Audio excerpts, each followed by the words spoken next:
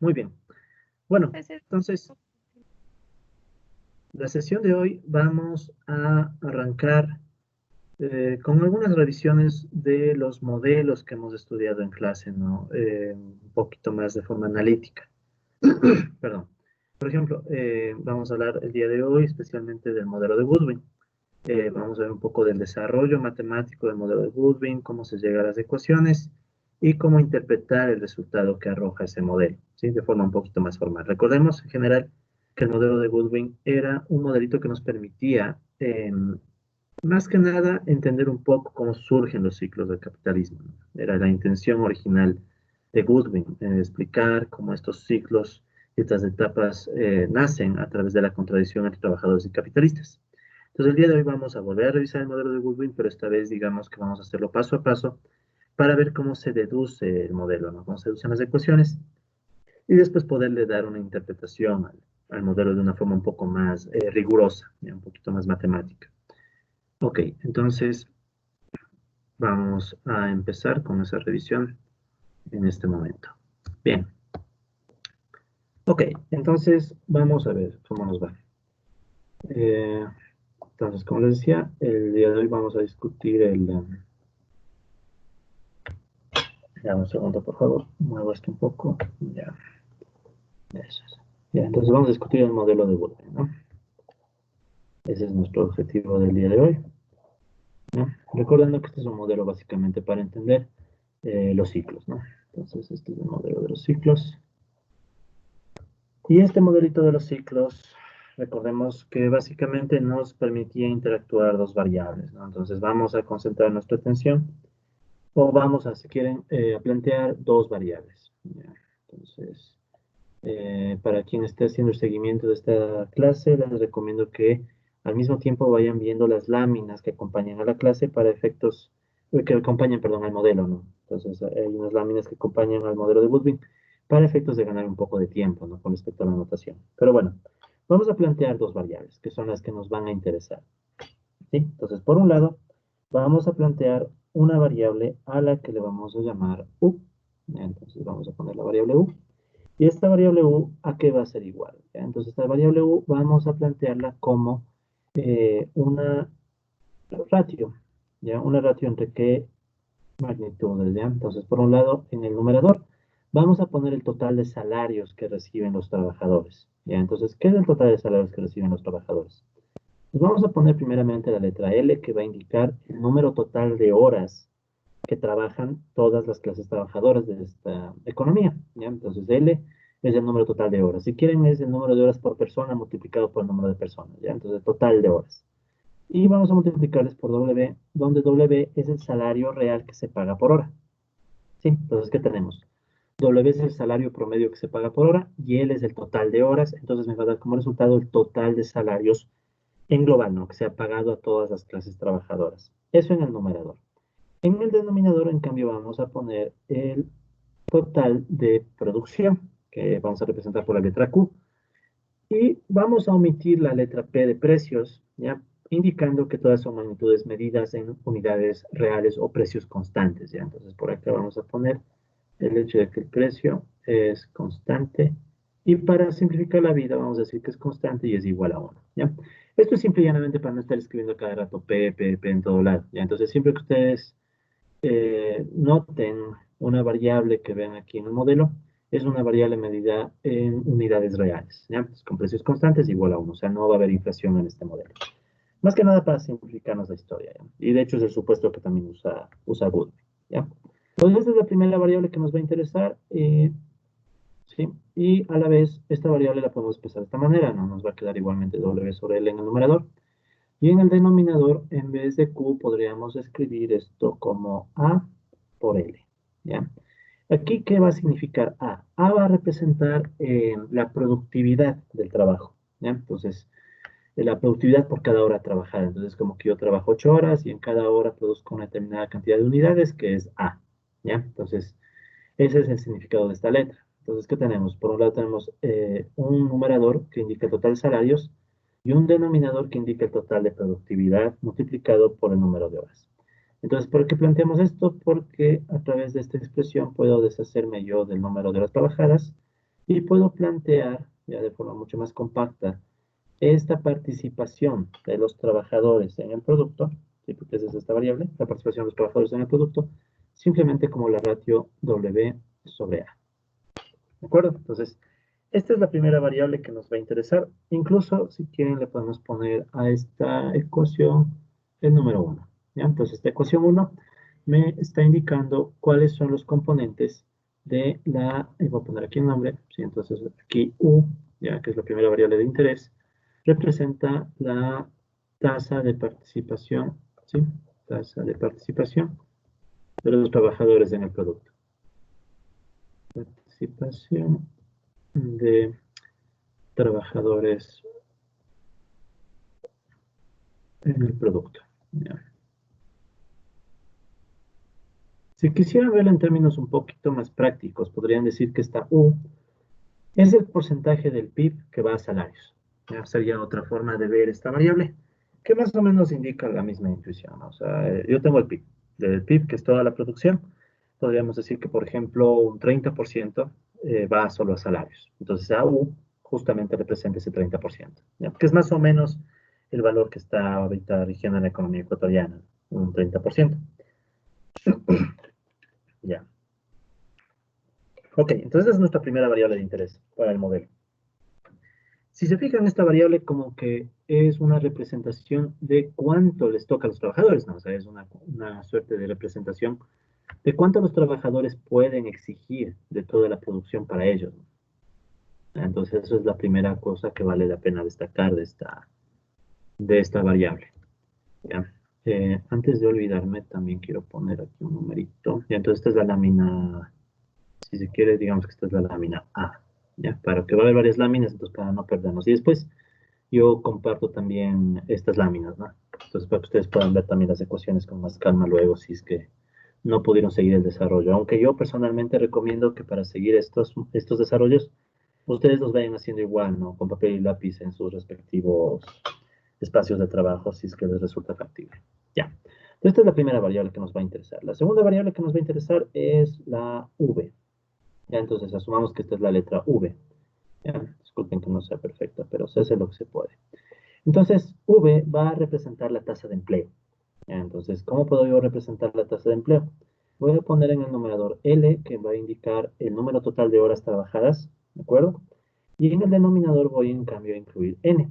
¿Qué va a ser N? En cambio, N es la oferta o las horas de trabajo ofertadas, ya, el total de oferta de trabajo. Entonces, más o menos como lo siguiente, ¿no? En el mercado de fuerza de trabajo hay 1000 horas ofertadas. O sea, la gente que está dispuesta a trabajar ofrece hasta 1000 horas. Pero de las 1000 solamente se emplean 800, digamos, por cualquier razón, ¿no? Estamos en crisis o esa es la capacidad que da la economía, etcétera. Entonces, nosotros tendríamos, por ejemplo, 800 sobre 1000. Entonces, la tasa de empleo sería del 80%. ¿Sí? Entonces, en este modelo vamos a asumir que no hay subempleo, solamente hay desempleo. ¿Ya? Entonces, esa sería nuestra expresión 2. ¿Sí? Entonces, en nuestra expresión 2 vamos a destacar que la letra V representa la tasa de empleo. ¿Sí? Entonces, tenemos estas dos variables, la U y la B, que son nuestras variables clave para entender este modelito. Y de paso, si V es la tasa de empleo, ¿verdad? Entonces, ¿qué va a representar 1 menos V? 1 menos V va a ser la tasa de desempleo, obviamente. ¿Sí? Entonces, como es por definición, ¿no? Entonces, esta sería en cambio la tasa de desempleo. Ya. Asumimos, obviamente, que aquí no existe subempleo. ¿Ya? Entonces, como no existe subempleo, no tenemos por qué siquiera incluir la tasa de subempleo. Pero esa sería una extensión interesante, ¿no? Ver cómo en el modelito de Goodwin podemos incluir el subempleo. ¿Ya? Ok. Entonces, la ecuación 1 me indica cuánto le toca a los trabajadores de la producción. La ecuación 2, en cambio, me está indicando cuántos trabajadores van a ser empleados en la producción. Entonces, tenemos estas dos variables. Antes de hacer nada más, ¿cuál va a ser la intuición? La intuición va a ser que mientras más les toque a los trabajadores en la producción, ¿de acuerdo? Mientras más consumen los trabajadores, los capitalistas van a tener menos ganancia, ¿sí? Y de hecho eso también podemos agregar aquí, ¿no? Esto va con la U. Si U es la participación de los trabajadores, ¿Qué va a significar en cambio 1 menos U? 1 menos U, en cambio, va a ser la tasa de participación de los capitalistas. ¿Sí? Participación de los capitalistas. Entonces tenemos esas dos, la U y también la 1 menos U. ¿Ya? Entonces se puede ver que si crece U, obviamente 1 menos U va a ser más pequeño porque U es negativo. Entonces menos fracción les toca a los capitalistas. Si les toca menos fracción a los capitalistas, entonces los capitalistas van a poder acumular menos. Si acumulan menos, entonces los capitalistas van a invertir menos. Si invierten menos, va a haber menos expansión al empleo. Si hay menos expansión al empleo, los trabajadores son más débiles y pueden exigir menos U. Y ahí se cierra el ciclo. Entonces son las dos variables claves para este modelo. ¿Sí? Entonces son las dos variables que hay que tener siempre presente para entender este modelo, ¿no? La U y la B. Ya. Entonces lo que vamos a hacer ahora es deducir las dos ecuaciones que componen el modelito de Goodwin. ¿Sí? Entonces eso es lo primero que vamos a hacer. Y son ecuaciones que se basan en cada una de estas definiciones, ¿sí? En la tasa de participación y la tasa de empleo. Ya. Entonces, como podemos aprovechar los sistemas electrónicos, voy a crear otra página, ¿ya? Y voy a llamarle Star. ¿Ya? Listo. Entonces, ¿qué es lo que vamos a hacer ahora? Vamos a tomar nuestra ecuación 1, ¿ya? Entonces, vamos a tomar nuestra ecuación 1, que era U igual W sobre A, ¿ya? O sea, esta es la tasa de participación de los trabajadores, ¿de acuerdo? Entonces, verán, ahora lo que vamos a hacer es lo siguiente. Les invito a obtener el logaritmo natural de esta expresión. Logaritmo natural de U, ¿sí? Igual a logaritmo natural de W sobre A. ¿Ya?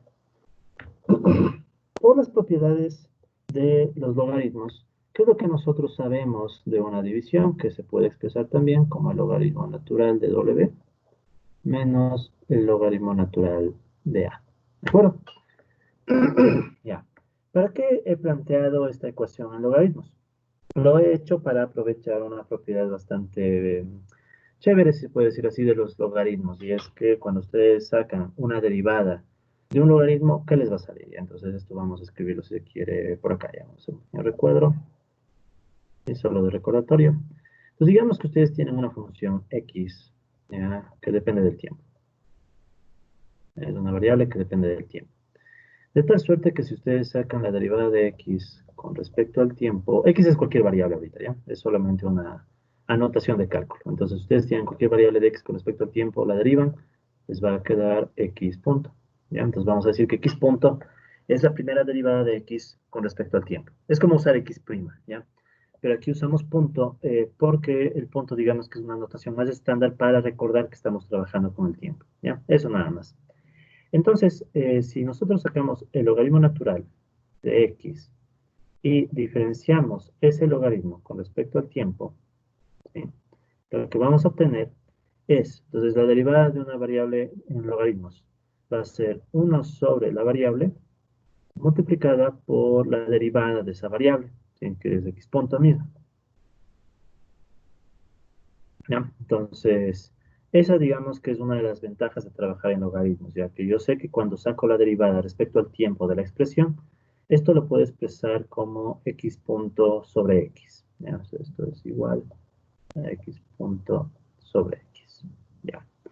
Entonces, ¿cuál es el objetivo de sacar una derivada con respecto al tiempo en este contexto? ¿Sí? El objetivo de sacar esta derivación con respecto al tiempo, ¿ya?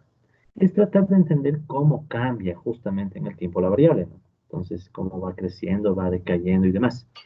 Esto le vuelve al modelito un modelo dinámico, ya sea un sistema dinámico porque es un modelo o un sistema que depende del tiempo. Entonces, a medida que el tiempo avanza, se puede más o menos deducir cómo se van comportando las variables. Con una ventaja, y la ventaja es que se supone que el tiempo siempre avanza en una sola dirección. Entonces yo puedo aprovechar esa idea de que el tiempo se mueve siempre en una dirección, o sea, el tiempo está avanzando, para poder entender yo la dinámica de las variables. Entonces digamos que ese es el objetivo de utilizar derivación con respecto al tiempo. De ahí, todas las reglas del cálculo funcionan. Es como que estoy asumiendo que todas las variables que estoy estudiando, toditas, son variables que dependen del tiempo. ¿Sí? Eso es todo lo que estoy asumiendo. Ok. Entonces, les invito a tomar esta expresión que hemos escrito en logaritmos, sacar la diferencial con respecto al tiempo.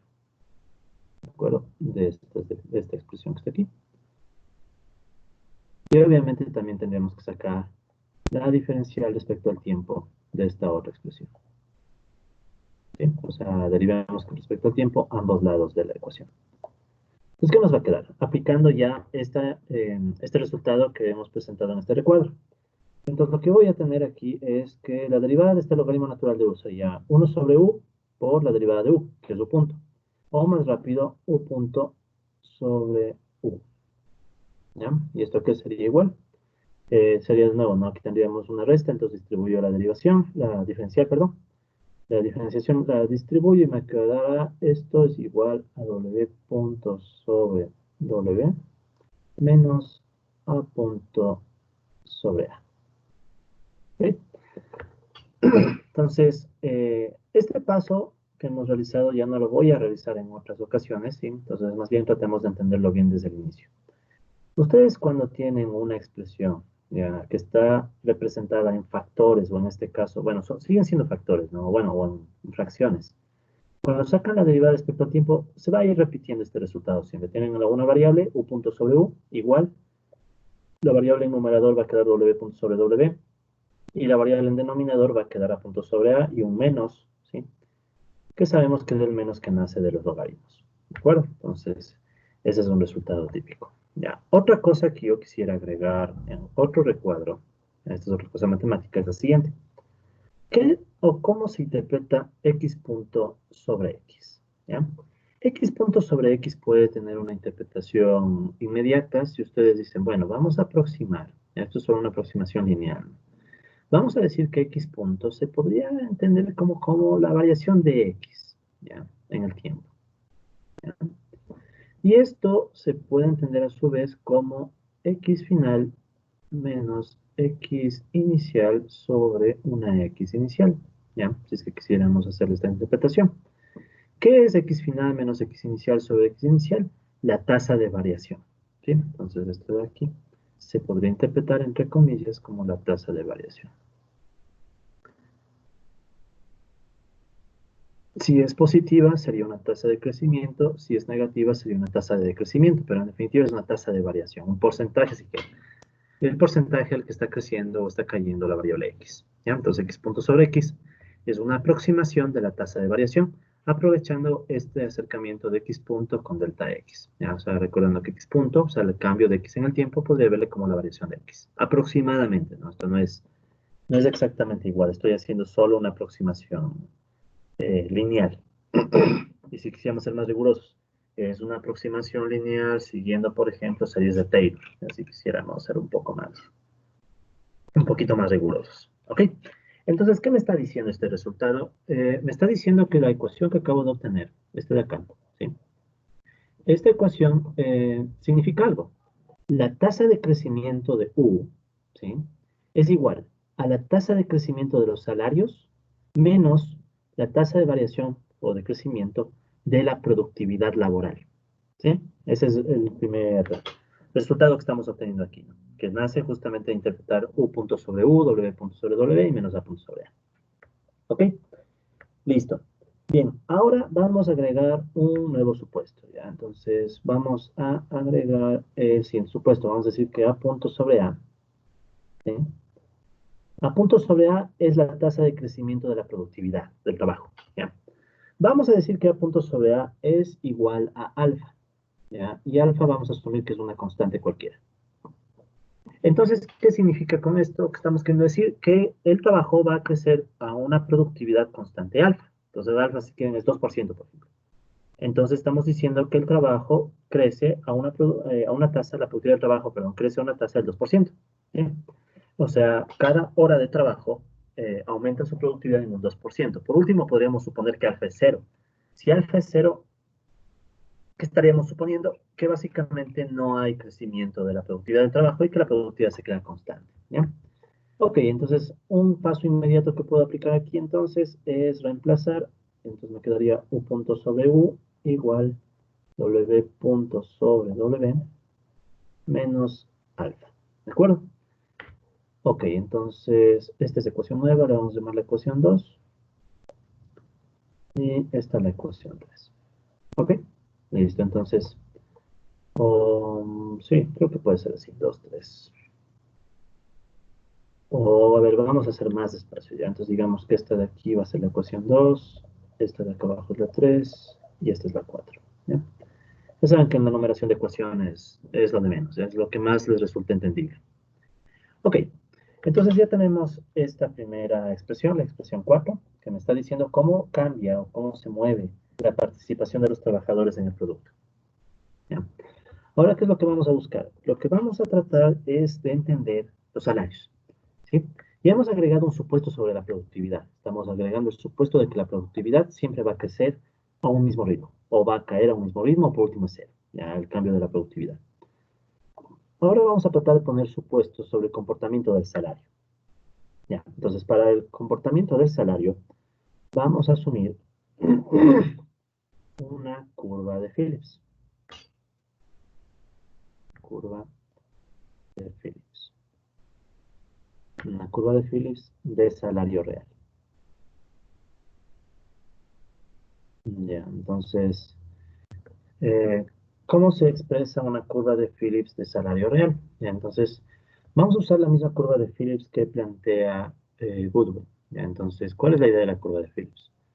Nosotros tenemos el salario real, ¿no? O sea, no estamos tomando en cuenta inflación, ya corregimos por inflación. Y vamos a asumir que este salario real tiene el siguiente comportamiento. El salario real tiende o está influenciado por la tasa de empleo. ¿Ya? ¿Y cuál es la idea? Los trabajadores, cuando están empleados, cada vez más, se entiende que van a tener más poder de negociación. ¿Sí? O sea, los trabajadores ahora son más en términos de empleados, ¿no?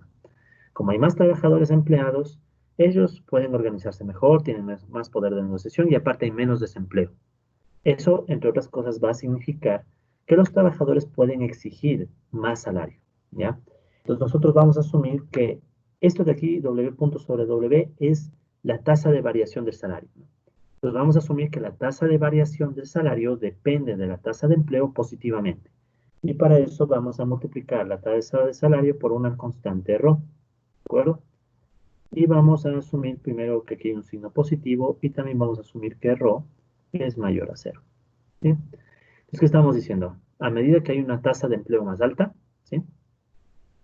A medida, ya, entonces, a medida que hay una tasa de empleo más alta, ya, o sea, hay más trabajadores empleados, entonces vamos a asumir que el salario crece a una tasa mayor. Entonces, si digamos, la tasa de empleo crece en un punto, ¿ya? Eso va a hacer que el salario real crezca a una tasa ρ por ciento, ¿ya? Positiva. Y para estabilizar el modelo, ¿ya? Porque si nosotros lo dejáramos así, podría crecer para siempre, ¿no? Hasta llegar a un punto de B más alto, etc. Entonces vamos a asumir que hay otro elemento que en cambio es un elemento estabilizador, eh, menos gamma, ¿ya? Y vamos a asumir también que gamma es una constante mayor a cero, ¿sí? Entonces, ¿qué hace este elemento estabilizador? Este elemento estabilizador, en cambio, digamos que es una tendencia a que el salario real tiende a caer, ¿no? Entonces, este es más un elemento estabilizador, ¿sí? Entonces, ¿cuál es la idea de esto? La idea es que digamos que cada periodo, ya, si quieren, ¿no? Puede verse así, cada periodo puede haber una presión, por ejemplo, de los propios capitalistas, ¿no? Los propios capitalistas pueden tener la presión a reducir los salarios y por tanto tendríamos un menos aquí, ¿no? Entonces, los capitalistas cada periodo quieren bajar los salarios para, digamos, aumentar la explotación, supongamos, ¿ya? Y en cambio, este término ρ multiplicado por b hace que los salarios crezcan por la pugna de los trabajadores, ¿sí? Incluso si uno quisiera, podría decir que esta ecuación, esta curva de Phillips modificada, permite, por un lado, ver el objetivo de los trabajadores. ¿Cuál es el objetivo de los trabajadores? Obtener una mayor salario. Entonces, ahí está el objetivo de los trabajadores, de aumentar el salario cuando tienen más poder, más empleo. Y en cambio, podríamos decir que la otra tendencia sería la que se asocia a los capitalistas. Y es que a medida que pasa el tiempo, quiero que el salario más bien baje. Entonces, esa sería la idea de la curva de Phillips que está aquí planteada y que la vamos a poner como la ecuación 5. Listo. Ok, Entonces ya tenemos estos elementos y el siguiente paso es un tanto evidente, ¿no? ¿Qué es lo que vamos a hacer? Vamos a reemplazar la expresión 5 en 4, la expresión 4. Entonces vamos a, por favor, reemplazar, ¿sí? Vamos a reemplazar 5 en 4. ¿Ya? Pues cuando hacemos el reemplazo de 5 en 4, ¿qué es básicamente lo que queremos? Queremos reemplazar y deshacernos de la tasa de variación del salario real, ¿sí? Entonces, la tasa de variación del salario real la vamos a reemplazar en la ecuación 4 y ¿qué nos va a quedar? Nos va a quedar U punto sobre U igual, entonces en vez de W punto sobre W, vamos a escribir toda la ecuación de la curva de Phillips, entonces me va a quedar menos gamma más rho B, ¿de acuerdo? Y menos alfa, ¿sí? Y menos alfa. ¿Ya? Con una ventaja. Entonces, ¿cuál es la ventaja de lo que hemos hecho hasta ahora? La ventaja es que básicamente tengo U, ¿de acuerdo? Y B como las únicas variables del modelo, puesto que los demás elementos, alfa, rho, eh, rho, gamma y alfa, son positivos, ¿de acuerdo? Es más, aquí también vamos a agregar por acá al lado de la ecuación 3 que alfa es mayor a 0, ¿ya? Para no complicarnos la vida. Listo. Entonces, es una ecuación que solo depende de dos variables en realidad, U y B. O sea, participación de los trabajadores y empleo. ¿Sí? Entonces, los vamos a reorganizar un poquito, solo para efectos de que se vea un poquito más compacto. Entonces, vamos a tener esta ecuación, que esta sí la voy a escribir en rojo. ¿Ya? Entonces, ¿cómo va a quedar la ecuación? U punto sobre U va a ser igual. Sí, y vamos a ponerla exactamente en el mismo orden en el que ustedes pueden ver la lámina respectiva. Entonces vamos a poner aquí un menos. Y aquí vamos a agrupar los dos elementos negativos. Sería por un lado alfa. Y por el otro lado sería gamma, ¿no? Entonces sería alfa más gamma. ¿Ya? Que son los elementos negativos. Y me va a quedar ese término más rho b. Listo. Entonces todo esto que está aquí es nuestra primera ecuación del modelito. ¿Ya? Entonces la ecuación que en la lámina, si no me equivoco, está nombrada como ecuación 1, la E1. ¿De acuerdo? Entonces, esta es la primera parte del modelito de Goodwin. Entonces, la primera parte, básicamente, ¿qué está haciendo? Está recogiendo esta intuición. Si crece el empleo, si crece la tasa de empleo, ¿ya? Ese aumento de la tasa de empleo puede llevar a que los trabajadores tengan más participación en el producto, porque con una tasa de empleo más alta, los trabajadores tienen más poder de negociación, pueden exigir un mayor salario, y al exigir mayor salario, pueden quitarle a los capitalistas más parte de la producción y quedarse con ellos, ¿no? Y si ven que a cambio hay una parte negativa, ¿no? En cambio, la parte negativa, ¿qué indica? Gamma indica la presión a estabilizar los salarios, este supuesto que habíamos puesto aquí en la curva de Phillips. Y alfa, en cambio, ¿qué está indicando? Está indicando la tendencia al aumento de la productividad. Entonces, este es un modelo interesante porque está planteando un supuesto en el cual vemos que el aumento de la productividad puede llevar a que la participación de los trabajadores en el producto sea cada vez menor. ¿Ya? Entonces, ¿qué significa eso? Que si aumenta la productividad, aumenta alfa, pero no aumenta el empleo, entonces, y no aumentan los salarios, entonces buena parte del aumento de la productividad se va en beneficio de los capitalistas. ¿Sí? Entonces, ese es básicamente el supuesto que está ahí. Pero bueno, o sea, todo eso ya está en las ecuaciones que hemos planteado. Entonces, lo importante aquí es entonces recordar la intuición de ecuación 1. La ecuación 1 busca indicar que a mayor tasa de empleo, ¿sí? A mayor tasa de empleo, mayor participación de los trabajadores en el producto o a una tasa de empleo más alta, más del PIB les toca a los trabajadores. Listo. Entonces, ese sería el elemento B de esta sería la ecuación 1 que hemos planteado en el modelito. Vamos con la siguiente parte. Por si acaso, si tienen dudas, comentarios o algo, por favor me lo hacen llegar, no hay ningún problema, ¿no? Si es que creen que en algún paso se perdieron para aclarar la explicación, si no, continúo. Asumo entonces que si no hay observaciones, el silencio otorga y continúo, ¿de acuerdo? Pero si tienen dudas, por favor, me las hacen sin problema. O si quieren, podemos dejar las dudas al final, como ustedes deseen, no hay ningún problema de mi parte. Bien, pasemos a al siguiente componente del modelo. Entonces, ahora vamos a tomar la otra variable de interés de nuestro modelito, que era la tasa de empleo. Entonces, la tasa de empleo, que habíamos dicho que es igual a el número total de horas empleadas sobre el total de oferta, de horas ofertadas. ¿De acuerdo? Entonces, vamos a hacer lo mismo que hicimos antes, ¿no? Vamos a sacar la primera diferencial de esta derivada, de esta función con respecto al tiempo. Entonces, ya no vamos a repetir el paso anterior. Sabemos que si saco el logaritmo natural de todo esto y derivo, me va a quedar al final que b punto sobre b va a ser igual a L punto sobre L menos N punto sobre N. ¿Qué significa esto? La tasa de variación del empleo, de la tasa de empleo, es igual a la tasa de variación del total de empleo menos la tasa de variación de la oferta de trabajo. Vamos a agregar, por supuesto, esta ecuación de aquí sería, a ver si me permiten volver un ratito. Teníamos la ecuación 3, 4, 5, y entonces esta va a ser nuestra ecuación 6. Entonces, ahora vamos a agregar otro supuesto. Vamos a suponer que n punto sobre n, o sea, el crecimiento de la oferta de trabajo, va a ser igual a beta. Y beta vamos a asumir que es mayor a 0, que es constante. Entonces, ¿qué es beta? Es la tasa a la que va a crecer, por ejemplo, la PEA, la población económicamente activa, si quieren verla de esta forma.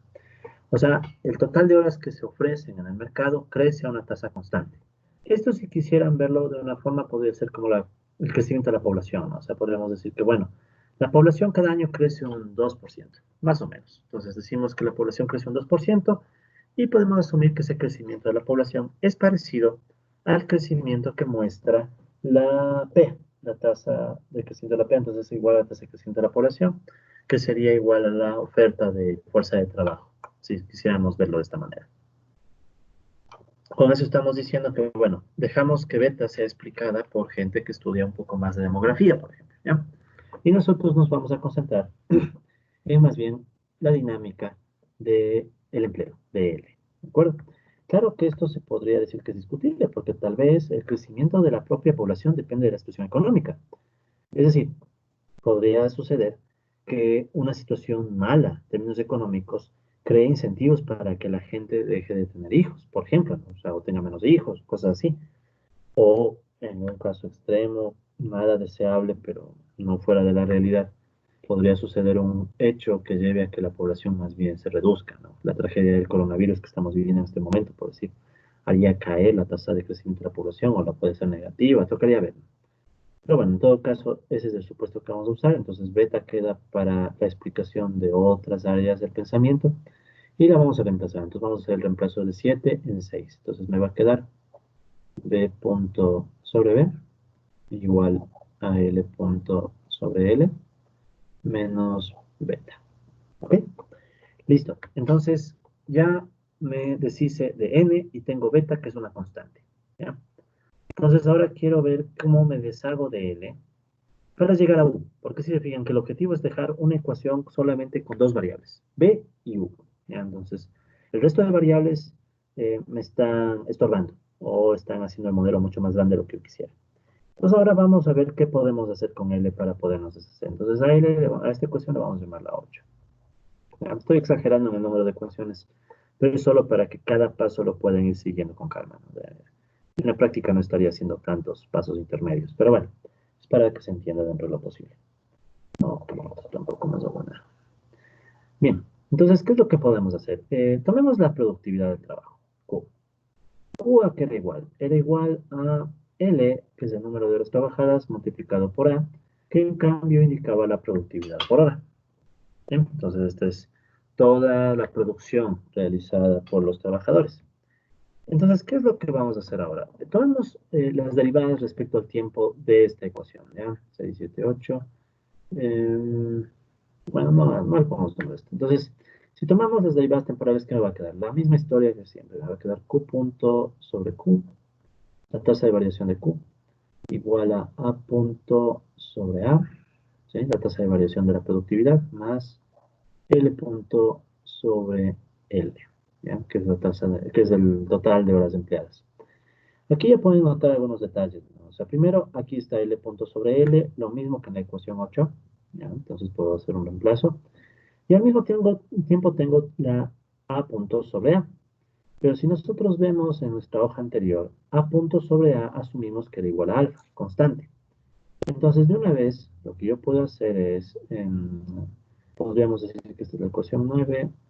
Entonces voy a hacer el reemplazo. ¿Ya? Entonces reemplazo, creo que es la 5, perdón, la 3. Entonces reemplazo 3 en 9. ¿Bien? Entonces si yo hago el reemplazo de 3 en 9, ¿qué me va a quedar? Me va a quedar Q punto sobre Q igual, y en vez de A punto sobre A tendría alfa, más L punto sobre L. ¿Sí? Y si quisiera reorganizar un poco los términos, yo podría decir que esta ecuación también se podría escribir como L punto sobre L, ¿sí? E igual a qué? Q punto sobre Q. Y esta alfa que está sumando pasaría a restar menos alfa. ¿Ya? Esta sería la ecuación 10. Listo. Bien. Ok. Disculpen que la hoja anterior fui menos ordenado. Les voy a ser sincero, es la primera sesión que estoy usando este material. Estoy haciendo lo posible por cada vez ser más ordenado, ¿ok? Pero bueno, para ser la primera sesión no creo que estamos tan mal. Ok, bueno, entonces, ¿qué es lo que podemos hacer ahora? Ahora puedo reemplazar 10, que tiene L punto sobre L, en 8, ¿sí? Entonces vamos a hacer eso. Entonces reemplazo 10 en 8. Entonces al reemplazar 10 en 8, ¿qué me va a quedar? Me va a quedar B punto sobre B igual, entonces ya no tendría L punto sobre L, no tendría Q punto sobre Q menos alfa, esto era antes L punto sobre L, y menos beta. Ya. Entonces, ¿qué hemos hecho? Me deshice de la variable L, pero ahora tengo la variable Q. ¿Ya? Entonces, el punto es que de Q tengo que hacer algún paso para poder llegar a la variable U, que es la variable de empleo, ¿ya? Que es la que a mí en realidad realmente me interesa plantear. Ok, entonces vamos a ver cómo podemos llegar a eso. Esta sería nuestra ecuación 11.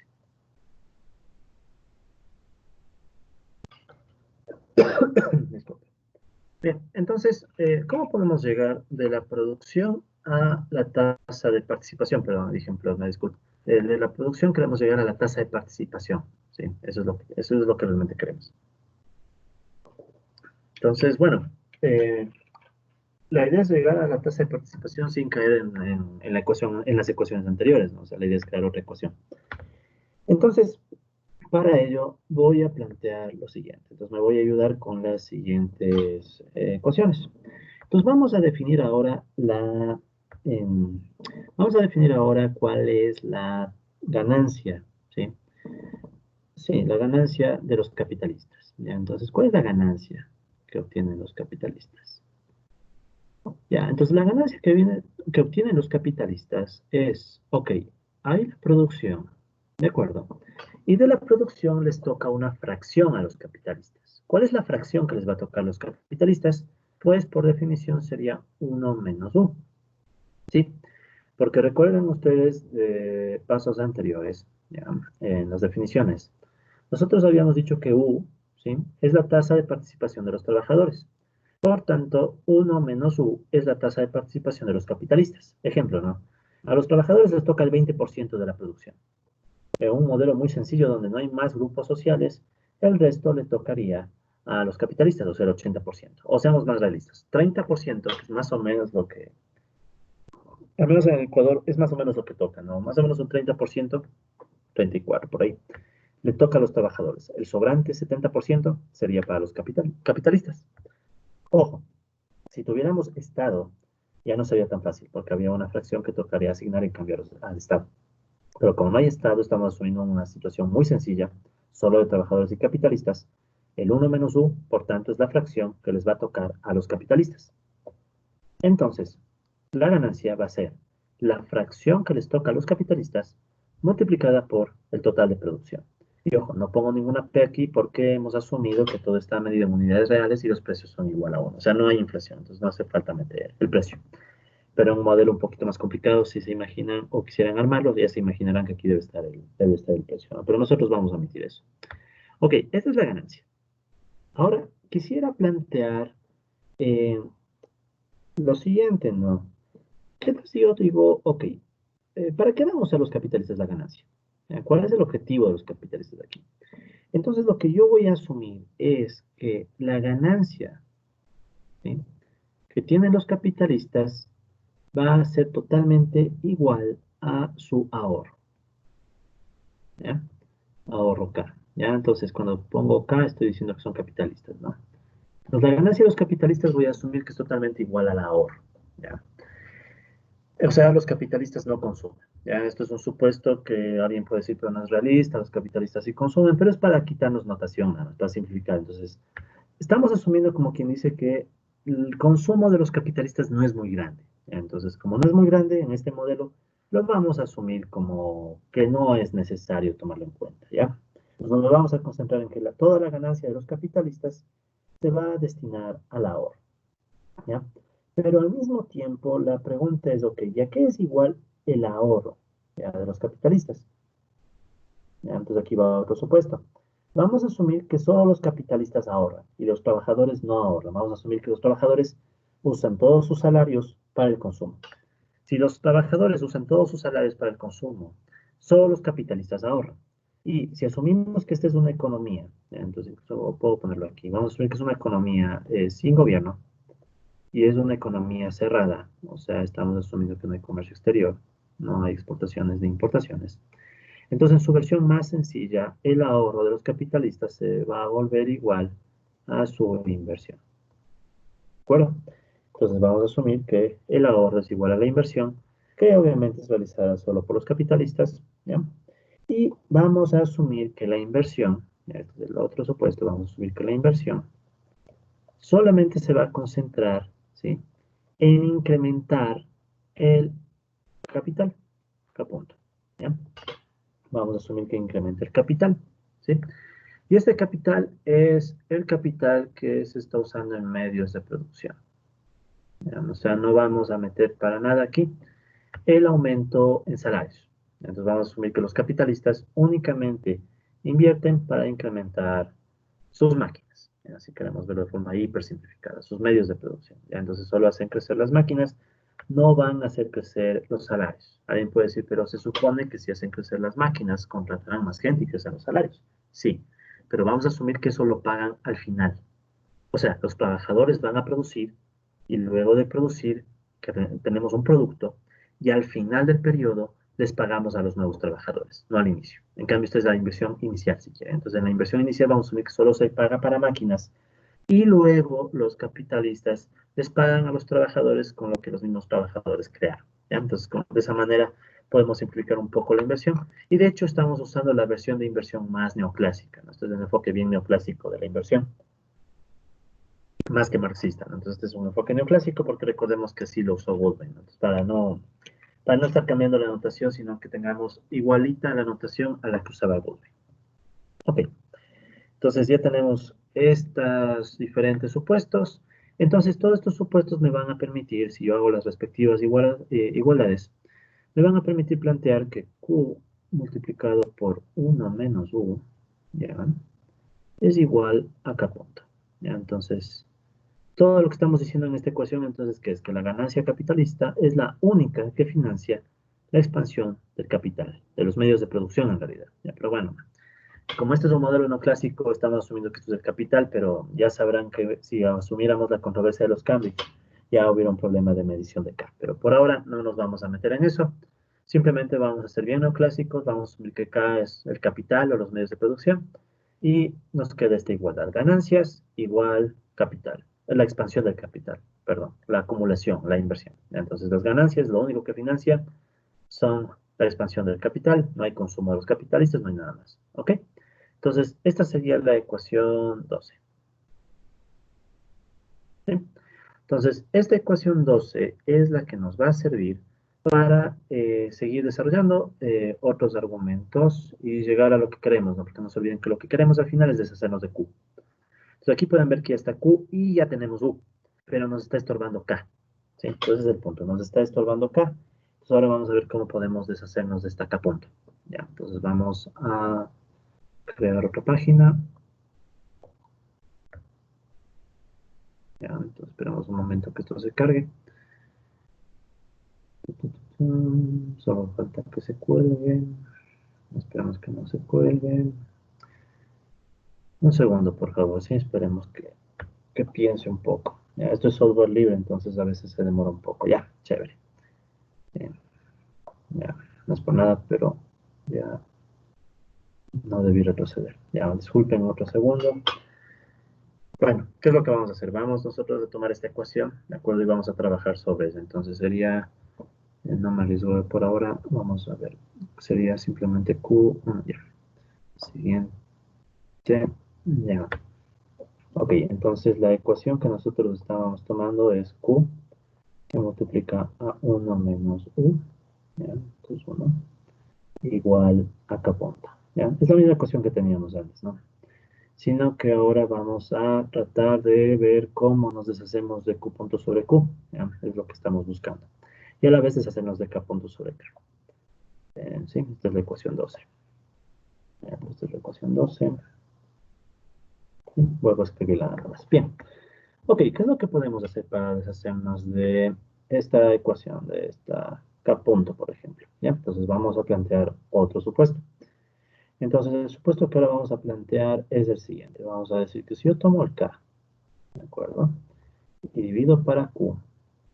¿Ya? O sea, si yo tomo el total de medios de producción, máquinas, etc., y divido por el total de producción, vamos a decir que eso es igual a una sigma.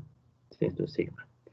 Y vamos a asumir igualmente que sigma es constante y que sigma es mayor a cero.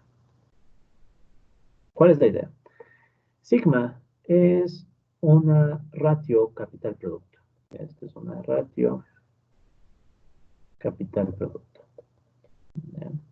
Entonces, esta es una ratio bastante popular, digamos, dentro de la discusión de los modelos de crecimiento económico.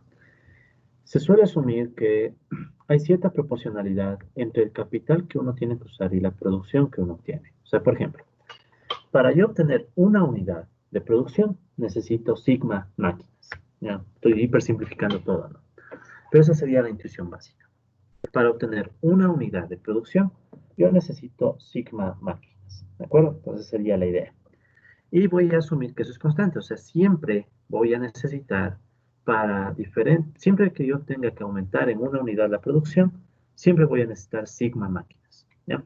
Entonces, lo que estamos asumiendo aquí, si quieren verlo de otra forma, es que la productividad del capital es constante.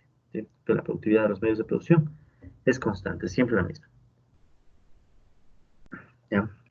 Esta va a ser una diferencia importante con respecto a otros modelos, especialmente modelos, bueno, no quiero entrar en los detalles de eso, pero está más o menos planteada el supuesto, ¿no? Entonces, repito una vez más, una unidad de producción necesita de sigma máquinas. Y vamos a asumir que siempre es lo mismo, ¿ya? Entonces, desde la ecuación 13.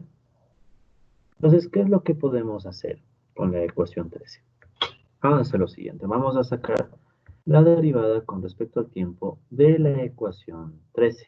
¿Ya? Entonces, al sacar la derivada con respecto al tiempo de la ecuación 13, ¿qué voy a obtener? Voy a obtener que K punto sobre K, ¿de acuerdo? Menos Q punto sobre Q sería igual a sigma punto sobre sigma, ¿ya? Esta es la derivada temporal de la ecuación 13, ¿de acuerdo? Algo que ya hemos hecho varias veces, ¿no? Entonces ya sabemos que nos quedan las tasas de variación. Pero nosotros tenemos previamente en la ecuación 13, también habíamos puesto el supuesto de que sigma es constante. Si sigma es constante, significa que sigma no va a cambiar con el tiempo. Por tanto, sigma punto sobre sigma tiene que ser cero. ¿Ya? ¿Por qué tiene que ser cero?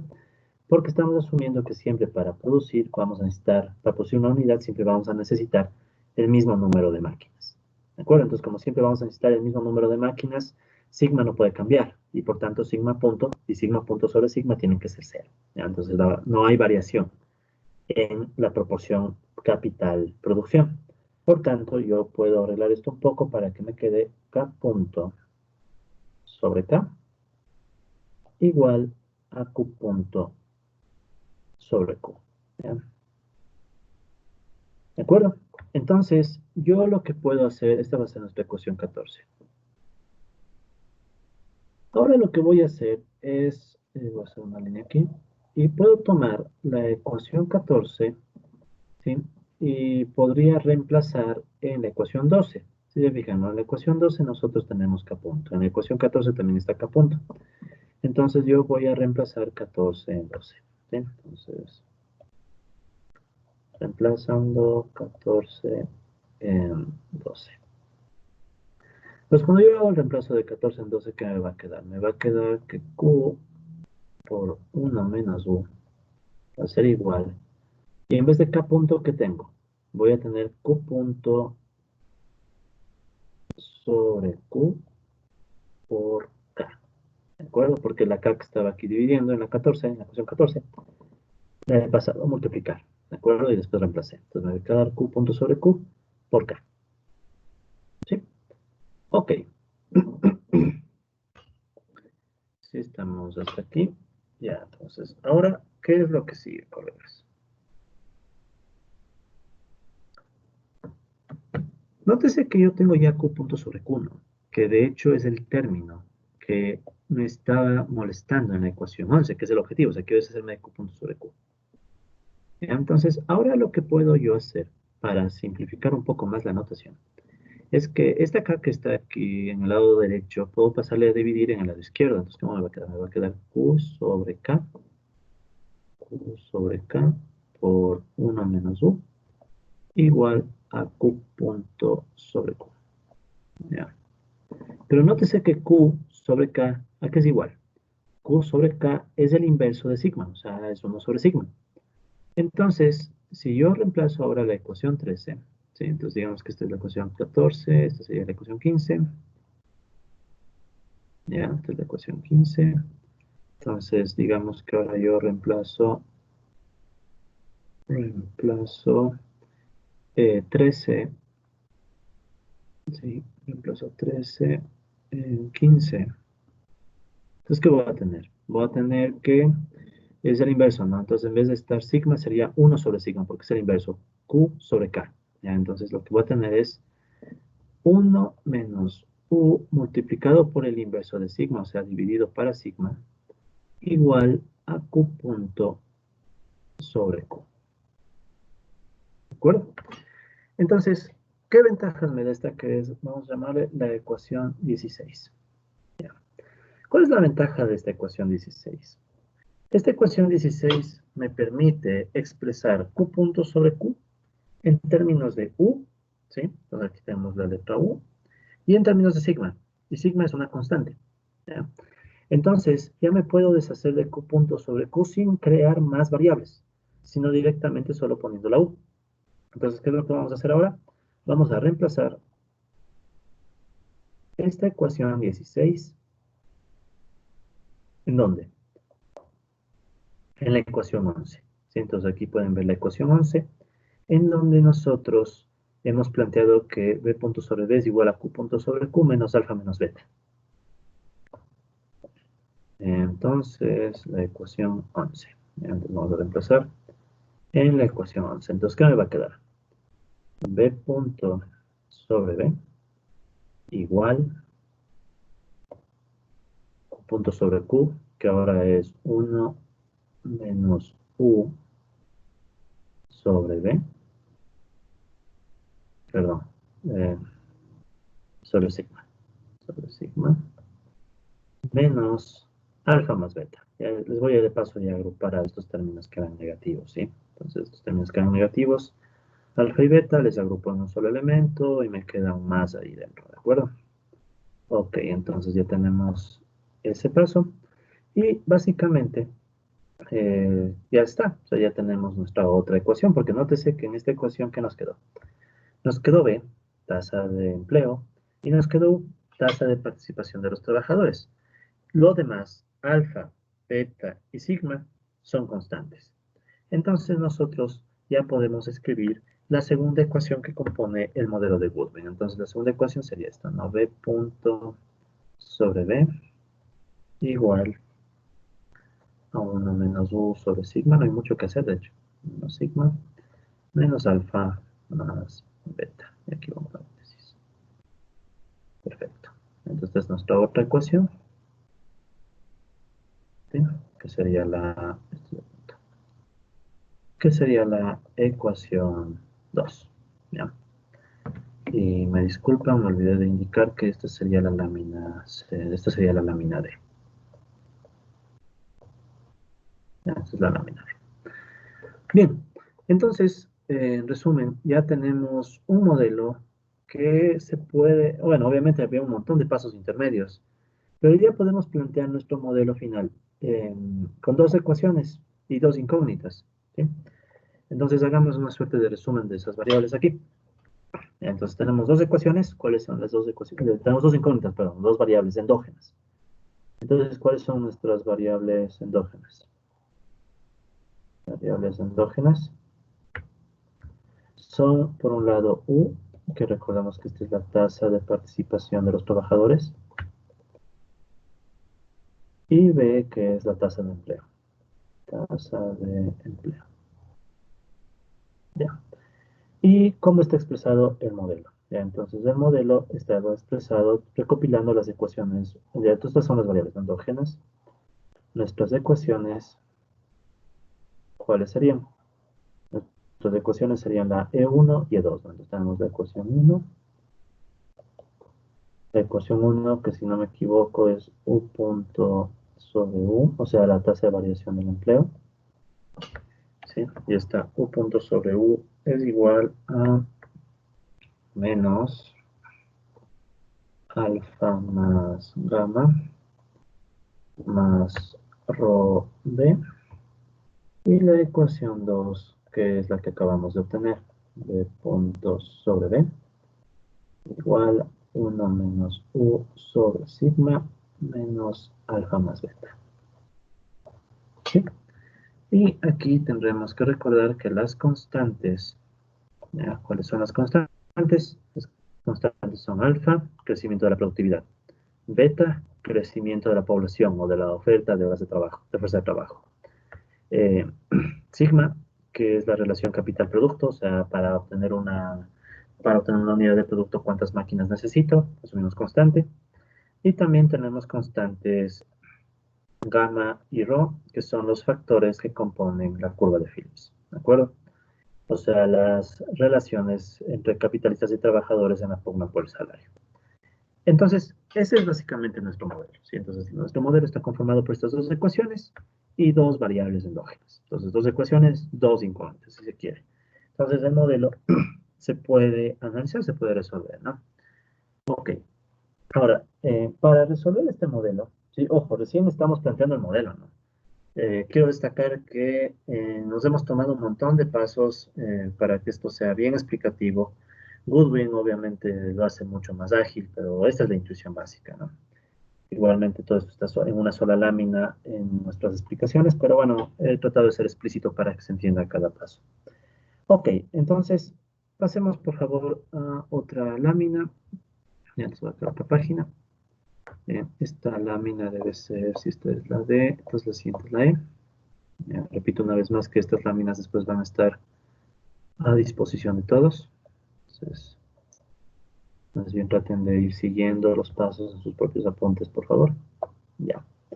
Bien, entonces, ¿qué es lo que vamos a tratar de hacer ahora? A lo que vamos a tratar es de analizar qué nos dice ese sistema de ecuaciones. ¿Ya? Porque uno podría bien decir, ok, yo tengo dos ecuaciones, dos incógnitas. ¿Qué es lo que se hace usualmente cuando tienes ese sistema? Resuelves para saber qué valores van a tomar las variables, ¿no? Entonces, es lo que usualmente haríamos en un modelo convencional. Ahora, lo que nosotros tenemos en realidad es un sistema de ecuaciones diferenciales, porque las variables están representadas en derivadas. Y de hecho es un sistema dinámico. ¿Ya? Entonces, ¿qué queremos decir con sistema dinámico? Es un sistema que depende del tiempo. ¿Ya? Entonces, el cambio o la variación del sistema va a depender del avance del tiempo. Por tanto, también podemos decir que es un sistema dinámico. Entonces, para hacer el análisis del sistema dinámico y tratar de entenderlo un poco mejor, vamos a hacer lo siguiente. Vamos a escribir el sistema dinámico de una manera un poquito más compacta, ¿ya? Para que se nos simplifique su análisis. Entonces vamos a escribir lo siguiente. Entonces vamos a escribir de nuevo la ecuación 1. Pero esta vez la ecuación 1 la vamos a escribir así. U punto sobre U igual menos A más B mayúscula por V, ¿ya? ¿Sí? Donde A van a recoger, A y B van a recoger las constantes, ¿no? Entonces A es igual a alfa más gamma, y B va a ser igual a rho. ¿Ya? Con la ventaja de que yo sé que esto es siempre positivo, porque se supone que si alfa y gamma son positivos, todo es positivo, y también rho es positivo. ¿Ya? Entonces yo sé que todos los elementos de aquí son A y B positivos, y también podría escribir esto de otra manera. Entonces podría decir que esto es un punto igual. um, a ver, no todavía. Entonces dejémoslo así. ¿Ya? Pero no la vamos a complicar. ¿Ya? Esta sería la ecuación 1 simplificada, ¿no? O sea, simplemente simplificando un poco la notación para ganar tiempo. Y la ecuación 2 vamos a escribirla de esta manera. B punto sobre B, ¿qué va a ser igual? Va a ser igual a C menos D por U. ¿Ya? Dije U. Bien, entonces, ¿qué va a ser la C? C es otra constante que va a recoger, disculpen, se me está, un segundo, ya. A ver, entonces, C, ¿qué va a recoger? Va a recoger el término 1 sobre sigma menos alfa más beta, ¿ya? Perdón, un segundo. Ya. ¿Por qué tenemos este primer término, ¿no? Esta constante? ¿De dónde sale ese 1 sobre sigma menos alfa más beta? Este término sale, si nos volvemos un momento a nuestra última expresión, ya, pues aquí por ejemplo, si ven que 1 sobre sigma, podríamos descomponerlo, aquí hay un menos, ¿no? De hecho, destaquemos ese menos un poco más. Entonces aquí hay un menos, ¿no? Entonces, ¿qué es lo que podemos hacer? Nosotros podríamos dividir esta fracción en 1 sobre sigma menos u sobre sigma. Y ese 1 sobre sigma le podría juntar con el alfa y el beta, para que me quede una sola constante. Entonces es lo que estoy haciendo aquí, ¿no?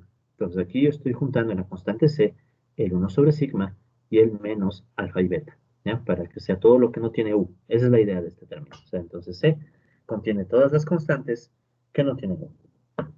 Y aquí vamos a asumir que es mayor a cero, ¿ya? Ojo, asumir, ¿ya? Porque todos son positivos, pero aquí hay un menos, entonces yo no tengo certeza de que esto siempre va a ser positivo. Es decir, yo estoy asumiendo en otras palabras que 1 sobre sigma va a ser mayor a alfa más beta.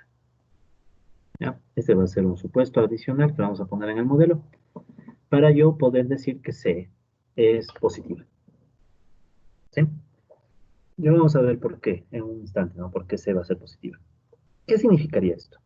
Sigma, recuerden que es la proporción de máquinas para una unidad de producto. El inverso, 1 sobre sigma, en cambio, es la productividad del capital. O sea, una máquina, ¿cuántas unidades permite producir? Pues lo que estoy diciendo yo con este supuesto es que la productividad del capital, ¿de acuerdo? O sea, la productividad de K, entre comillas, ¿no? Porque en realidad siempre los que producen son los trabajadores, de estos solo son medios de producción. Entonces, esto es solamente un indicador. Entonces, asumimos que esta productividad de K es mucho más grande que estos dos términos que tienen que ver con la productividad laboral más el crecimiento de la oferta laboral. Entonces es lo que estamos asumiendo. Vamos a asumir que la cantidad de máquina necesaria para la producción, ¿de acuerdo? Eh, se ajusta a esta proporción. ¿Ya? Entonces, de esta manera yo sé que las máquinas son altamente productivas, entre comillas, ¿ya? O que necesito muy pocas máquinas para obtener una unidad de producto, como ejemplo. Pero este es el supuesto que va a permitir asumir que C es positivo. ¿Ya?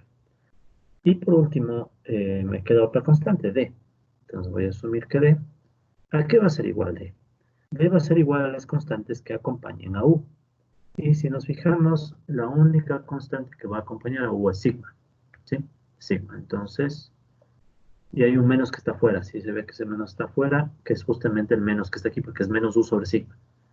Entonces, el menos queda afuera y D, por tanto, tiene que ser igual simplemente a 1 sobre sigma. ¿De acuerdo? Entonces, D va a ser igual a 1 sobre sigma. Y esto, por los supuestos anteriores, sé que es mayor a 0.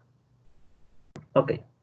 Entonces, lo que yo he construido es el sistema en una versión más sencilla, ya una versión más simplificada, para poder interpretarlo más fácilmente. Entonces la ecuación 1 y la ecuación 2, pero donde A, B, C y D son los elementos que van a recoger las constantes.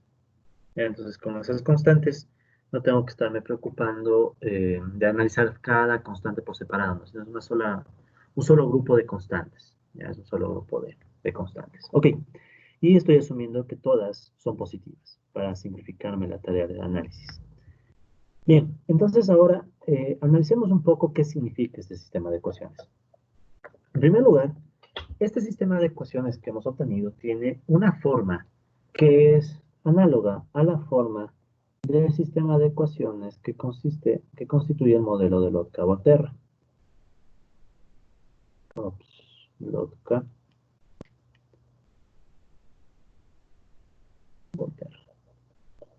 ¿Sí?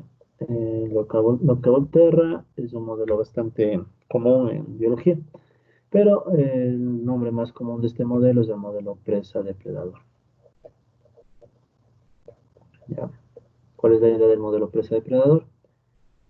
Como habíamos visto en sesiones pasadas, la idea es que vemos la interacción de dos poblaciones que a ratos son hostiles entre sí y a ratos son, entre comillas, cooperativas. Pero bueno, ok, es un modelo presa-depredador. ¿Cuál es la intuición que me permite identificar justamente cuál es la presa y cuál es el depredador? Porque en este modelo, así como lo vemos, digo, bueno, ¿y dónde está la presa y dónde está el depredador? Entonces, verán, fijémonos qué nos está diciendo cada ecuación, ya en términos más intuitivos.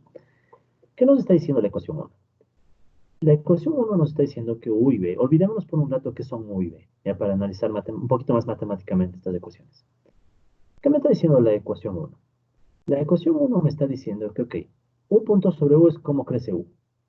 Entonces lo que me está diciendo es que U va a crecer cuando crece B, ¿sí? O sea, supongamos, ¿ya? Entonces sería una suerte de interpretación. Interpretación. Ya. Entonces, ¿cuál es la interpretación aquí? La interpretación que podemos plantear es, ¿sí? Esto es de la ecuación 1, ¿no? En la ecuación 1 vemos que si crece B, entonces va a crecer cada vez más la tasa de U, ¿sí? O sea, la tasa de variación de U punto sobre U. ¿Qué significa eso? Pensemos que B son ovejas, ¿ya? Entonces, si crece la población de ovejas, entonces digamos, por ejemplo, que B son o conejos, como ustedes quieran verlo, ¿ya? Vamos a decir que son, no digamos ovejas, digamos que son borregos, ¿ya? Entonces, digamos que tenemos unos borregos. ¿Ya? Entonces, si los borregos crecen, ¿ya? Corderos, ovejas, como ustedes quieran verlo, entonces crece U. ¿Qué es lo lógico de pensar aquí? Que entonces aquí podemos tener, por ejemplo, no sé, digamos lobos. ¿Ya? Entonces crecen los lobos. Sí, entonces, a mayor cantidad de borregos, mayor cantidad de lobos, o si quieren más práctico, ya más directo, mayor cantidad de presas, mayor cantidad de depredadores. Entonces resulta ser que aquí tenemos presas y aquí tenemos depredadores. ¿Ya? Entonces, es lo que me está diciendo la ecuación 1 primeramente, ¿no? O sea, a medida que hay más presas, van a aumentar los depredadores, porque pueden alimentarse de las presas. En cambio, ¿qué pasa si es que B no cambia? Pongamos que B es constante. ¿Qué va a pasar con U punto sobre U? Si B no se mueve, tenemos en cambio un término que es A, si se ven, ¿no? Que es negativo. Entonces, si B es constante, podríamos estar esperando, si por si acaso estos son tendencias, ¿no? No es que es exactamente, ¿no? Sino que es más bien un borrador, no es exactamente, ¿no? Aquí debería ser un poco más claro. Ya, deberíamos decir que se aproxima, ¿no? O sea, se tiende, ya, es una flecha pero más aproximada, ¿no? Entonces esto se aproxima a que U punto sobre U decaiga. ¿Ya? ¿Y por qué decae? Porque tenemos el menos A. Si esto es de aquí por el menos A. En cambio aquí, ¿por qué crecía? Por el más B. ¿Sí? Por el más B y por el menos A. Entonces, ¿qué significa? Que si no pasa nada, no hay nuevos borregos, los lobos empiezan a decaer a una tasa A. ¿Sí? Entonces, A, de hecho, es la tasa de caída de los lobos. ¿Sí? Y tiene sentido en el contexto presa-depredador, ¿no? O sea, ¿qué significa? Significa que si no hay más presas y los lobos tienen como única capacidad de crecer las presas, entonces los lobos van a decaer. Sí, esa es entonces la analogía. Los lobos necesitan que haya presas para crecer, puesto que si no hay presas, empiezan a morir, ¿sí? Que es este menos A. Entonces, se necesita de las presas necesitamos que las presas estén aquí y crezcan suficientemente como para generar que crezcan los lobos. ¿Ya? Entonces, solamente esa ecuación uno ya me puede dar una interpretación de cuáles son las presas y cuáles son los depredadores. Entonces, la B va a representar las presas y en cambio la U va a representar a los depredadores. ¿Ya? Pero una ecuación, una interpretación similar se puede hacer de la ecuación 2, ¿no? De una vez hagámosla. ¿Qué tenemos en cambio en la ecuación 2? La ecuación 2 me está diciendo que si crece U, ¿sí? Crece U. Recordemos que U hemos dicho que son los lobos o los depredadores. ¿Ya? Entonces, si crece U, o sea, si crecen los lobos, ¿qué va a pasar en la ecuación 2? Entonces, en la ecuación 2, aproximadamente esto va a empujar, ¿ya? A que se reduzca B. ¿Sí? Va a caer B, que en cambio habíamos dicho que son las presas, los borregos o como quieran verlo. Y esto se debe sobre todo a que al lado de U que está, al lado de U acompaña una letra menos D. ¿Ya? Entonces esto es debido al factor menos D. Entonces como yo sé que menos D es negativo, porque D es positivo, o sea, si D es positivo y está por menos, todo esto es negativo. Entonces a mayor U, ¿sí? A mayor U, ¿qué va a provocar eso? Va a provocar que caiga B. Entonces hay más depredadores, las presas empiezan a caer. ¿Ya? Esa sería la interpretación, por ejemplo, de la D. Y para completar la idea, ¿sí? Si asumimos que U se mantiene constante, ¿de acuerdo? Entonces, más o menos, eso va a provocar qué cosa. Entonces, si U se queda quieto, no se mueve, lo que tenemos aquí es una constante C, ¿ya? Entonces, lo que podríamos pensar es que puede haber cierta tendencia a que B punto sobre B crezca, o sea, crecen las presas. Y eso se debe a que tenemos un más C, ¿sí? Porque si se fijan, C hemos asumido, y aquí está el punto clave, ¿no? Nosotros hemos asumido que C es positivo y C no tiene ningún signo que la acompañe, bueno, le acompaña un signo positivo. Entonces yo puedo decir que si U se queda quieto, tienden a crecer las presas, ¿ya? Entonces, aquí, ¿cuál es la historia? La historia es, si hay más depredadores, las presas decaen, ¿ya? Y si no hay depredadores, o los depredadores crecen poco, hay alimento por ahí, pasto, lo que sea, que permite que las presas crezcan libremente. O sea, si no fuera por los depredadores, las presas irían creciendo y creciendo y creciendo y creciendo. ¿De acuerdo? Entonces, ese es básicamente el por qué este modelito de ecuación 1 y ecuación 2, al cual llega Goodwin, puede entenderse como el modelo presa-depredador. ¿Sí? Entonces, vemos nosotros que tenemos en síntesis, ¿no? Entonces, ponemos aquí síntesis, la primera síntesis, ¿no? Entonces, la primera síntesis,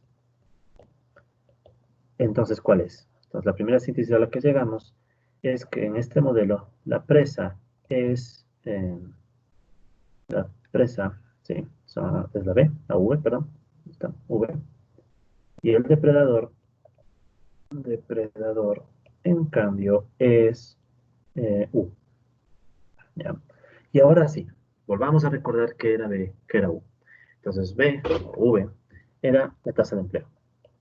Tasa de empleo. Y en cambio U, que era la tasa de participación de los trabajadores. Y justamente aquí nosotros ya podemos entender por qué hace una suerte de interpretación solo. ¿Te acuerdan nosotros en las sesiones anteriores? Les había mencionado que Robert Solow tenía un comentario sobre el modelo de Goodwin, en donde él decía, creo yo que esta es la interpretación más interesante, que los trabajadores empleados se vuelven como quien dice, ¿sí? O sea, los trabajadores empleados, estos de aquí, son los que absorben producto, ¿no? Los trabajadores empleados absorben producto. Entonces, los trabajadores empleados que absorben el producto podrían interpretarse como los depredadores que impiden la expansión de la presa, siendo la presa el empleo.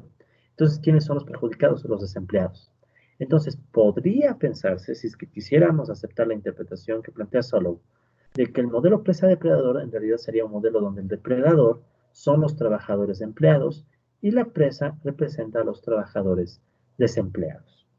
¿Sí? Entonces, ¿por qué? Repito una vez más, porque los trabajadores empleados consumen el producto que depreda la capacidad de los capitalistas de invertir y contratar más gente. ¿Sí? Entonces, esa sería la interpretación que le dio Solow al modelo. Aunque, bueno, repito lo que dije en esa sesión alguna vez, son interpretaciones, ¿no? O sea, uno podría cambiar cierta notación, podría hacer otras maromas matemáticas, podría interpretarlo de otra forma, o mejor aún, si el modelo fuera más completo, tal vez la interpretación cambie, ¿no? Sí, porque ven que es un modelo con supuestos muy a la neoclásica, y ratos neoclásica y keynesiana. Entonces, eso, ¿cuál es el elemento neoclásico de este modelo? El elemento neoclásico de este modelo es cómo se interpreta el capital, ¿no? Y el elemento keynesiano está en la curva de Phillips. ¿Sí? Entonces, volvamos un poco atrás. Sí, entonces, en la curva de Phillips, digamos que estaría el elemento más, sí, entonces aquí, la curva de Phillips, estaría el elemento más keynesiano del modelo. ¿Sí? Entonces, bueno, de hecho, entre comillas, ¿no? Porque esto no es exactito, pero entre comillas, digamos que este sería el elemento más keynesiano, ¿sí? Lo de la curva de Phillips. Mientras que, en cambio, la concepción que se tiene del capital, ya por acá, o como por acá si quieren, esta concepción de K, solo de K, ya, capital. Esta concepción de aquí podríamos decir que es un poquito más neoclásica, un capital agregado. Pero bueno, entonces obviamente Goodwin hace un modelo que no está haciendo síntesis de Marx en estricto rigor. Es más bien un modelo que está asumiendo un montón de elementos keynesianos, un montón de elementos neoclásicos, pero pese a ello llega a un resultado que es el que vamos a ver más adelante. Bien interesante, que es el resultado de los ciclos, pero ya de por sí, y este es el primer mérito del trabajo de Goodwin, es que se puede evidenciar una forma presa-depredador sin forzar el modelo, ¿ya? Porque se pudo haber forzado el modelo para que de esa manera se vea la interacción presa-depredador, sin importar la fuerza, como a veces, perdón, a veces se hace eso en economía, bastante. Hay todo un área de teoría de juegos evolutivos, que es chévere, o sea, hacen estas analogías bastante entre la biología y la economía, igual con ecuaciones diferenciales, algo parecido a lo que hemos hecho. Pero yo me he fijado que muchos de esos modelos tienden a limitarse en que tratan de poner muy a la fuerza ciertos supuestos. Digamos que aquí hay muchos supuestos, ¿no? Pero son supuestos que nacen de elementos económicos. O sea, son cuestiones económicas, son supuestos económicos que, bueno, ya después llevan a la forma del Otto Volterra. Entonces, yo creo que ese es el mérito de Goldwyn. En un artículo de menos de 5 páginas, creo, llega a este modelito que tiene una interpretación bien, bien interesante. ¿Ok? Entonces, es la primera idea de esa interpretación. Bien. Ok, entonces vamos a pasar ahora a tratar, no voy a resolver el modelo todavía en esta sesión, ¿sí? Porque esta es una primera sesión y creo yo que vale la pena que más bien asimilemos lo que se ha hecho. Ya, si es que estuviéramos en un nivel un poco más alto, haría todo de golpe, pero quiero que en esta primera sesión se asimile bien el modelo. Entonces, solamente quiero terminar dándole una interpretación más cualitativa a los resultados, ¿de acuerdo? Entonces, vamos a hacer una última página. Ya, entonces, la anterior era la página E, entonces esta sería la página F. Ya, entonces, la página F. Bien, entonces, ¿qué vamos a hacer ahora? Entonces, vamos a hacer otra interpretación, ¿ya? Entonces, esta sería otra interpretación. Más bien, bastante informal o medianamente formal del modelo, no tan rigurosa, ¿ya? Entonces, volvamos a escribir nuestro modelito, que ahora es más rápido escribirlo. Entonces, decimos U punto sobre U igual eh, por ejemplo, no, este es el depredador. Si es el depredador, entonces aquí debe estar menos A más B por B, ¿ya? Porque entonces el depredador cae cuando está solo, crece cuando interactúa con la presa. Esta es la ecuación 1. Y en la ecuación 2, en cambio, tenemos que el crecimiento del empleo, la tasa de empleo es igual. Entonces ahora, en cambio, esta es la presa crece, si le dejan sola, pero decae cuando interactúa con el depredador. Listo, entonces ahí tenemos el sistema de ecuaciones, ¿no? Bien, ahora vamos a hacer lo siguiente, ¿ya? Vamos a ver cuándo este sistema entraría, entre comillas, en equilibrio, ¿ya? Entonces vamos a buscar ahora de este sistema el equilibrio. Entonces, ¿qué significaría que el sistema se encuentre en equilibrio en este contexto? En este contexto vamos a decir que el equilibrio emerge cuando un punto es igual a cero y b punto es igual a cero. ¿Qué significa esto? Significaría básicamente que en este modelito estoy asumiendo que tanto U, participación de los trabajadores, como B, tasa de empleo, no se mueven. ¿Ya? Entonces asumo que no se mueven y por tanto estaría asumiendo que están en equilibrio, entre comillas, ¿ya? Entre comillas, en equilibrio. Entonces, ¿qué pasa si yo asumo que U es igual a cero? Voy de nuevo a la ecuación 1. Si yo asumo que U es igual a cero, ¿qué me va a quedar en la ecuación 1? Me va a quedar que menos A más B por V estrella igual a cero. ¿Ya? ¿Por qué estrella? Le he puesto estrella porque ahora no es cualquier V, es la V de equilibrio. ¿Sí? Y si hacemos el respectivo despeje, V estrella, ¿a qué va a ser igual? Entonces este menos A pasaría como A y dividiría para B, A sobre B. ¿Ya? Entonces este valor de aquí, en cambio, sería una suerte de valor de equilibrio, si se quiere, ¿no? De la tasa de empleo. Y lo mismo podemos hacer en el caso de la tasa de participación de los trabajadores. Vamos a asumir ahora la ecuación 2. ¿Qué voy a tener en la ecuación 2? La ecuación 2 en cambio va a quedar C menos D por U estrella, ¿sí? Igual a 0. Por tanto, U estrella va a ser igual a C sobre D. ¿Sí? ¿Sí? Porque reemplazamos A, B, C y D, no se hace más rápida la notación. Y este sería el otro valor de equilibrio. ¿Sí? Entonces tenemos estos dos valores de equilibrio que nacen de haber pedido o de haber asumido que U punto y B punto sean igual a cero, o sea, por tanto no crece. ¿Ya? Ok, entonces, ¿qué más podemos decir de lo que nosotros hemos planteado aquí? Podemos decir también, ¿ya? Que por todos los supuestos que hemos puesto antes, yo sé que ambos son positivos, porque A, B, C y D son valores positivos, entonces yo sé que estos dos valores son positivos. Si estos dos valores son positivos, puedo hacer lo siguiente. Voy a hacer aquí una gráfica. ¿Ya? Voy a poner aquí un sistema de coordenadas. Aquí está la una y la otra coordenada.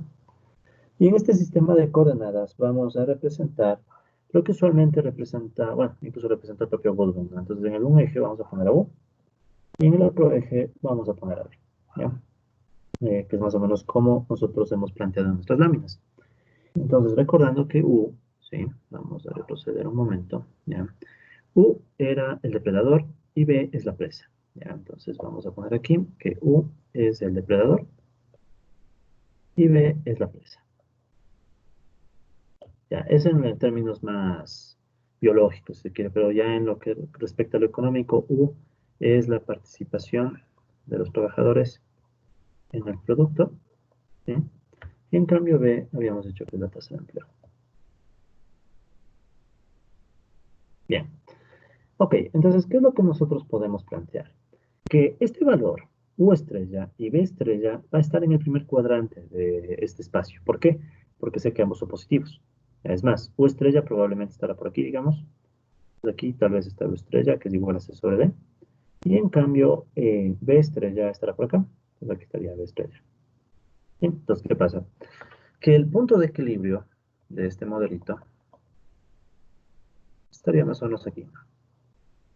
En el punto U estrella, B estrella. Ya, ese sería el punto de equilibrio. De hecho, voy a completar las líneas.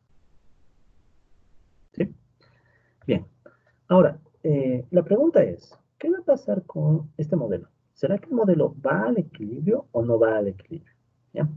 Entonces, por ahora, no vamos a, eso lo vamos a dejar para la próxima sesión, si es que va o no va al equilibrio. Lo único que voy a terminar es analizando cómo se comporta el modelo en estas diferentes regiones, en estos diferentes espacios que hemos creado, ¿no? Para efectos gráficos vamos a poner que este es el 1, vamos a decir que este es el 2, vamos a decir que este es el 3, y vamos a decir que este es el 4. Ya, entonces, ¿cómo se comporta el modelo en cada uno de estos lugares ya, geométricos, de estos espacios?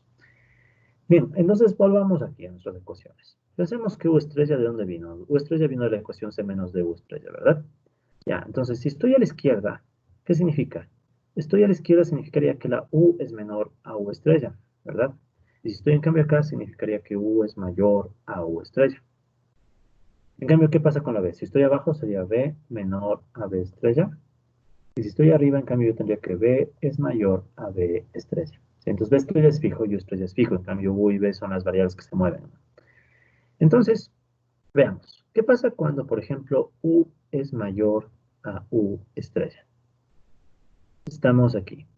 Entonces, digamos eso, y también digamos que B es menor a B estrella. Ya, si yo pongo estas condiciones, ¿en dónde estoy? U mayor a U estrella y B menor a B estrella, estoy en la región 4. ¿Ya? Entonces sí se nota, no estamos en la región 4, entonces por tanto U es mayor a U estrella y B es menor a B estrella. ¿Qué va a pasar con el modelo en este lugar? Entonces, si nosotros vemos U mayor a U estrella, ¿qué va a significar? Va a significar que U, ¿verdad? Estamos aquí, a ver, U estrella CD, U estrella CD, entonces, ¿qué podríamos decir? Que U es mayor a C sobre D, ¿verdad? Entonces, y en cambio en B, ¿qué puedo decir? Que B es menor, ¿dónde está la estrella? A sobre B, ya. Luego yo podría despejar todo esto de aquí, entonces, ¿qué me va a quedar? D por U, si esta de que está viendo, pues a multiplicar, menos C es mayor a 0.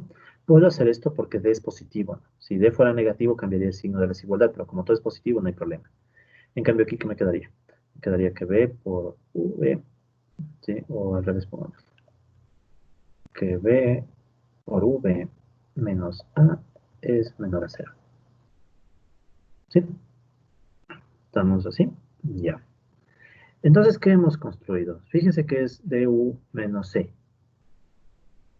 Perdón, aquí estoy cometiendo o bueno, podemos dejarlo así, no importa. Y bueno, tengo aquí V menos A es menor a 0. Ya, entonces reorganicemos un poco las expresiones.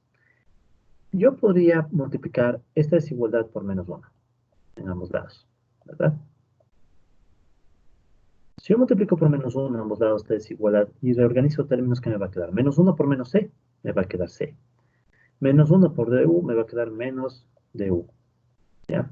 Y como aquí estoy haciendo una multiplicación por menos 1, cambia el sentido de la desigualdad, ahora me va a quedar menor a 0.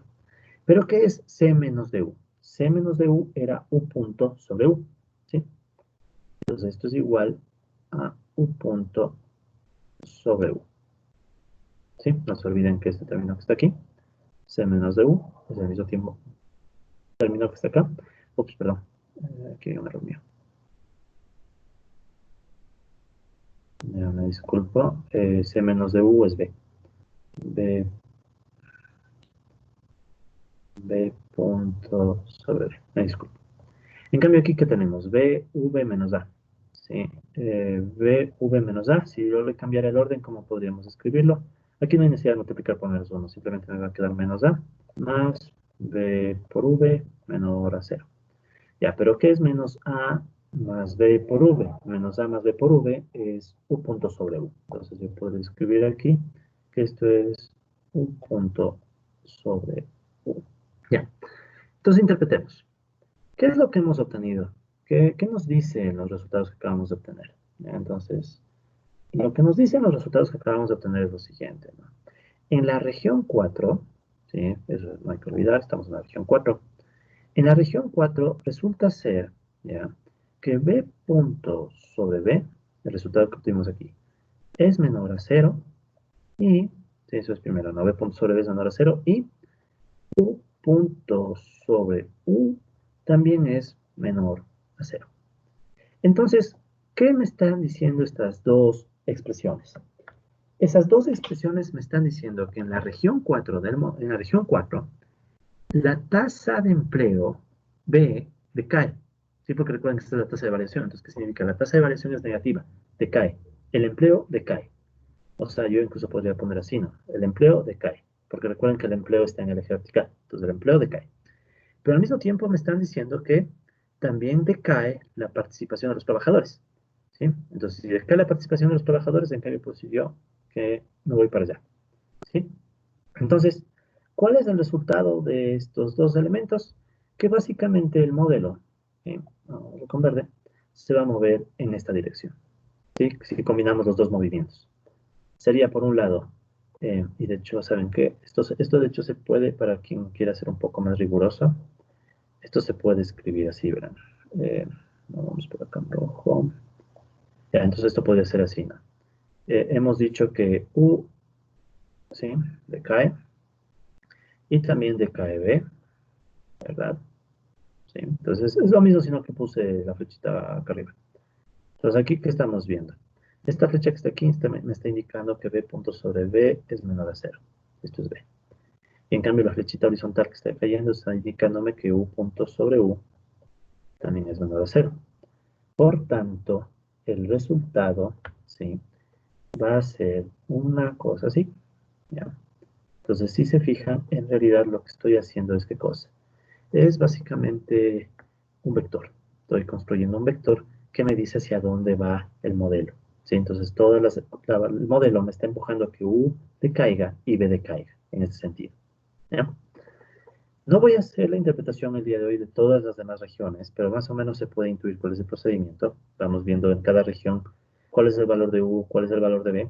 Y cuando se hagan ese análisis de todas las regiones, ¿qué es lo que vamos a obtener?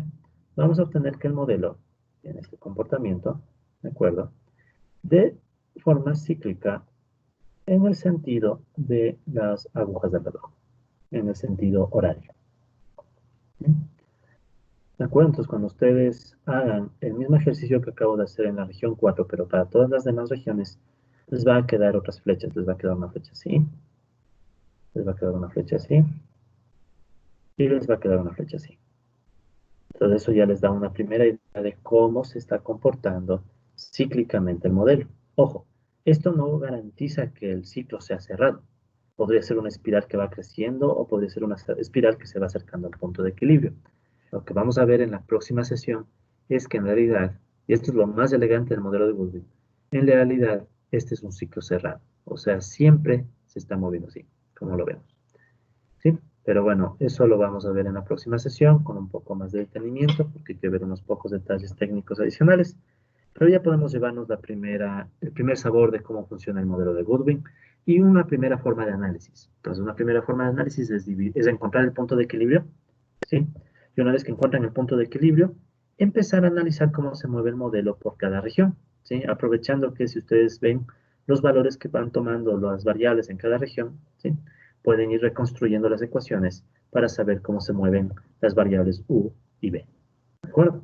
Entonces, esa es básicamente la interpretación que quería rescatar el día de hoy del modelo de Goodwin. Vale la pena echarle un poco más de atención sobre toda esta dinámica cíclica para que nosotros en la próxima sesión podamos en cambio entender cómo es que podemos verificar que la órbita es cerrada. ¿Sí? Porque repito, podemos tener una órbita más abierta o podríamos tener una órbita que se va aproximando al punto de equilibrio. ¿Ya? Entonces, todo eso depende de cómo esté construido el sistema dinámico. Pero repito, en el modelo de Goodwin hay la ventaja de que el modelo genera órbitas cerradas, ¿no? Y eso creo yo que es lo más interesante que cabe destacar.